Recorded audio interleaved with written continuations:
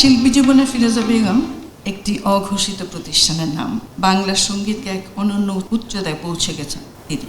Devotion, dedication, determination, এই 3 Ds এর বাস্তব প্রতিমূর্তি যেন তিনি নিজেই। বিশ্বের নানান সাংস্কৃতিক নগর যেমন চীন, America, Canada, Australia, England, Bharat সহ পৃথিবীর বিভিন্ন দেশে একাধিকবার তিনি সঙ্গীত পরিবেশন করতে যান। যেখানেই গান গেয়েছেন শ্রোতাকে করেছেন আপ্লুত।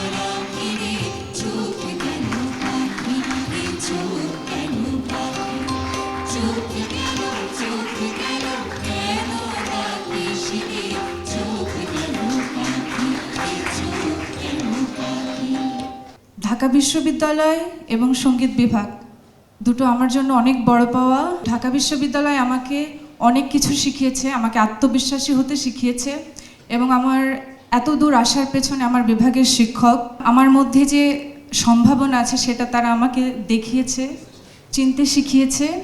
ফিরোজা বেগম কাজী নজরুল ইসলামের সৃষ্টিকে তিনি বিশ্ব দরবারে তুলে ধরেছেন।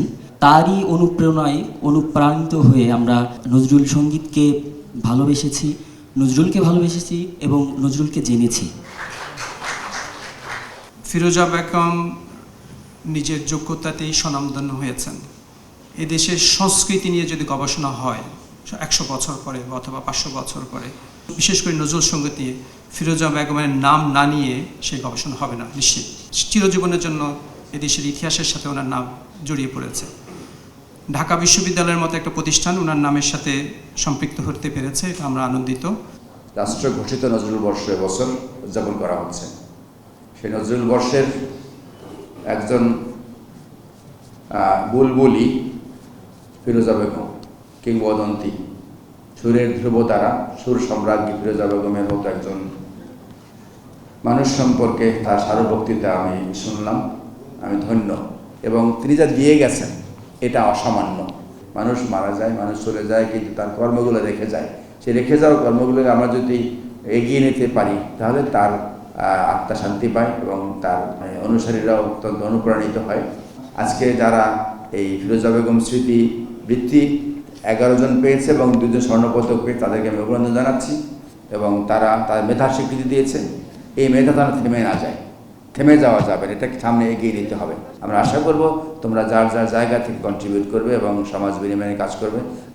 আমি চিরতরে দূরে চলে যাই।